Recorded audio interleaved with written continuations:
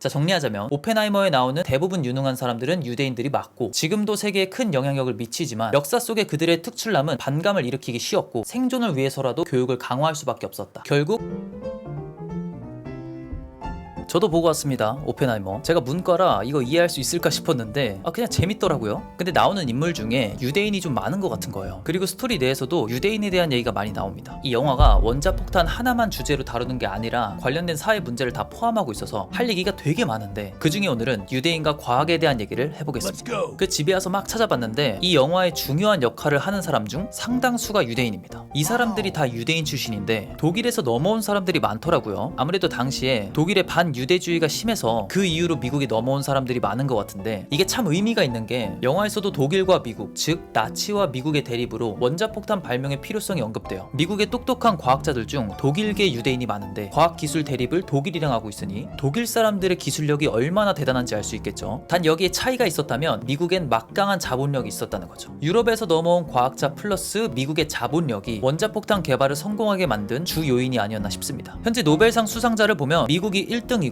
독일이 3등인데 2위인 영국도 유대인이 많은 나라예요. 그리고 이게 지금이 이런 거지 최초로 노벨상이 시작되고 약 30년 정도는 독일이 33개였고 영국이 18개, 미국은 단지 6개였다고 합니다. 그래서 일각에서는 독일이 유대인을 내쫓은 게 오히려 미국의 과학 수준을 높여준 셈이다 라는 얘기도 있습니다. 참 대단하죠? 독일 사람들이 세계에서도 IQ가 높은 편입니다. 근데 우리가 좀 더 높아요. 리서치마다 다르긴 한데 독일, 중국, 일본, 한국은 거의 무조건 10위 안에 들어가 있더라고요. 자, 독일 얘기 그만하고 유대인 얘기를 좀 해볼게요. 유대인은 나라가 아니라 민족이에요. 우리는 한민족이라 그러죠. 그런 개념입니다. 이 민족이란 개념이 현대사회에선 좀 잊혀지고 있죠. 미국만 봐도 알 수 있어요. 근데 유대인들은 민족을 엄청 고수합니다. 그건 뭐 종교적인 이유, 경제적인 이유 여러 가지가 있습니다. 2023년에 세계에서 유대인의 비율은 80억 명 중 1600만 명으로 0.2%입니다. 근데 노벨상의 22%를 유대인이 차지하고 있어요. 이게 평균보다 11,250% 높은 비율로 노벨상을 받는 거래요. 그래서 제가 생각한 유대인들의 첫 번째 특징은 재수없다입니다. 달리 말하면 유능하다는 거예요. 이 영화에서도 핵심 역할을 하는 대부분의 인물이 유대인이고 특히 영화의 시작과 끝을 보여주는 아인슈타인과 오펜하이머의 대화, 그리고 그들을 의심하는 핵심 인물 스트루스, 이 세 명이 다 유대인 출신입니다. 오펜하이머는 원자폭탄을 만들었지만 결국 수소폭탄에 반대하는데 이 수소폭탄을 만든 것도 유대인 출신의 에드워드 텔러입니다. 그리고 영화에서 이 사람들의 과학에 대한 열망이 느껴지거든요. 물론 원자폭탄이긴 했지만 한 번은 이걸 어떻게 기폭시킬지에 대한 얘기를 하는데 그 중에서 텔러가 야 원자폭탄 만들지 말고 수소폭탄 만들자 막 이러거든요. 저는 그게 되게 천진난만해 보이고 순수해 보였습니다. 그러니까 이런 장면들을 보면서 이 사람들이 경제 논리나 정치 권력 이런 거에 상관없이 실무에 정말 탁월한 사람들이구나 라는 생각을 했습니다. 아무튼 오펜하이머만 봐도 그래요. 이 사람이 원래 좌파적인 성격이 있었지만 개발을 위해서 그런 걸 따지지 않는 모습도 보여줍니다. 그래서 이 프로젝트를 지원해주는 사람들한테 이런 식으로도 말을 합니다. 우리가 나치를 이기려면 원자폭탄을 먼저 개발해야 되는데 이 땅에서 성공적으로 실험을 마치려면 내 동생이 여기로 와야 된다. 이때 말한 오펜하이머의 동생은 실제로 미국 공산당에 가입한 이력이 있어서 미국 관계자들은 절대로 옹호할 수 없는 인물이었습니다. 근데 이걸 설득하죠. 아무튼 결과적으로 이 실험을 성공적으로 마칩니다. 미국의 영웅이 되는 순간이죠. 그러니까 오펜하이머는 누군가에겐 되게 재수없는 인물입니다. 얘가 자꾸 미국 정신에 어긋나는 행동을 하는데 너무 똑똑해서 버릴 수는 없어. 좋은 결과를 만들긴 해. 하지만 오펜하이머가 무조건 좋은 사람은 아니었습니다. 뭔가를 잘한다는 것, 똑똑하다는 것, 이것은 곧 오만과 연결되기 쉬운데요. 우리도 살면서 가끔 이런 사람들을 봅니다. 오펜하이머도 살짝 오만한 경향이 있었다고 해요. 영화 후반부에 스트루스와의 대립 관계가 생기는데 스트루스 입장에선 오펜하이머가 자신을 좀 무시했다고 생각을 해요. 이 오펜하이머가 공적인 자리에서도 쪽을 주고 그러거든요. 그래서 스트루스가 오펜하이머를 내쫓으려고 먼저 정치질을 시작합니다. 이때부터 오펜하이머가 나락을 가요. 또 오펜하이머의 인성을 볼 수 있는 게 이 사람이 애가 있는데 바람을 펴요. 또 그걸 와이프한테 되게 떳떳하게 얘기해요. 그러니까 똑똑하고 무슨 업적을 이루는 게 무조건 좋은 사람이라고 볼 수는 없는 것 같아요. 그냥 개인적인 생각인데 이런 류의 사람들이 관계지능으로 갈 능력들이 논리적 지능으로 많이 빠져있진 않나. 그래서 정치적인 거에 흔들리지 않고 논리적 사고에 집중할 수 있지 않았나. 그러다 보니 내 와이프가 느낄 감정에 대한 공감이 부족하진 않았나. 한마디로 재수없는 인간이 되지 않았나 싶습니다. 그냥 개인적인 생각이에요. 두 번째로 역시 유대인들은 민족적 성격이 강하다라는 생각을 했습니다. 물론 오펜하이머가 시온주의가 있거나 그러진 않았어요. 오히려 미국인으로서의 정체성이 강했고 평소에 자기는 독일인도 유대인도 아니라고 얘기하고 다녔다고 합니다. 하지만 그 주변에 있는 인물들이 유대인에 대한 정체성을 보여주는데요. 스트로스가 오펜하이머한테 불만이었던 것들 중 하나가 유대인으로서의 정체성을 부정했던 핀트도 있었습니다. 당시 유대인에 대한 차별은 유럽보다 미국이 좀 덜했을 뿐이지 미국도 분명 있었거든요. 2차 세계대전 당시에 독일이 유대인들을 학살할 때쯤 독일에서 세인트 루이스호를 타고 937명의 승객이 넘어왔는데 여기에 대부분이 유대인이었습니다. 근데 미국에서 이걸 거부해요. 그래서 다시 송환이 되고 그중 254명이 홀로코스트로 목숨을 잃었다고 합니다. 물론 나라마다 이민자를 받는 할당량이 있긴 합니다. 여기엔 경제적인 이유도 보안적인 이유도 있지만 반유대적인 이유도 같이 있었고 독일에서 그렇게 많은 유대인들이 죽었는데 그때 그들을 보호해주지 못한 것에 대해서 지금은 되게 안타깝게 생각하고 있다고 하네요. 사실 유대인들이 믿는 유대교 자체가 자신들이 선택받은 민족이라고 하기도 하고 좀 외부를 배척하는 것도 있어요. 생각해보세요. 다른 나라에 얹혀 사는 애들이 우리는 이런 민족이야 라고 하면서 그 나라에 동화되려고 하지 않는다면 그거 안 입곱게 보죠. 게다가 그런 와중에 그때는 천박한 일이라고 여겨졌던 고리대금업을 유대인이 맡아서 하면서 오히려 얘네가 돈을 잘 벌게 되니까 되게 꼴사나운 거예요. 근데 생각해보면 반유대 감정이라는 게 감정이잖아요. 어떤 사회에서 감정적으로 니네가 싫어서 탄압할 거야 라고는 잘 안 하거든요. 그거 되게 비상식적인 거예요. 이 말은 뭐냐면 유대인들이 의도적으로 사회에 해악을 끼친다든지 이런 건 없었다는 거예요. 그러니까 히틀러가 유대인들을 탄압할 때도 아리아인이 제일 우월하다는 인종 우월주의로 이유를 만들어서 유대인들을 억까한 거란 말이죠. 그래서 어떻게 보면 이 유대인들의 민족주의가 핍박을 야기했을 수도 있지만 그래서 생존을 위해서라도 더 실리적인 생각을 하게 되고 교육을 더 중요시하게 되고 그 결과 많은 유대인들이 지금도 돈을 잘 벌고 있지 않나 싶습니다. 자, 정리하자면 오펜하이머에 나오는 대부분 유능한 사람들은 유대인들이 맞고 지금도 세계에 큰 영향력을 미치지만 역사 속에 그들의 특출남은 반감을 일으키기 쉬웠고 생존을 위해서라도 교육을 강화할 수밖에 없었다. 결국 재수 없지만 유능하다 라고 볼 수 있겠습니다.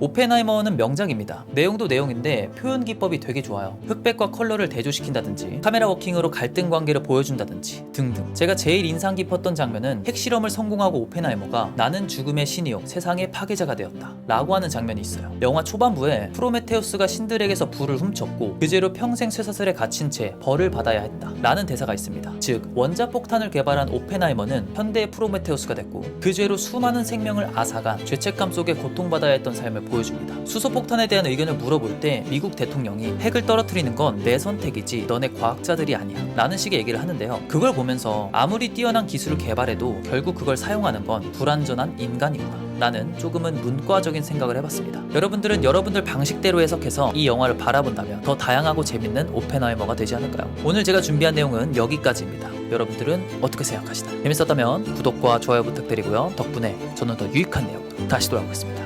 그러면 오늘은 여기까지.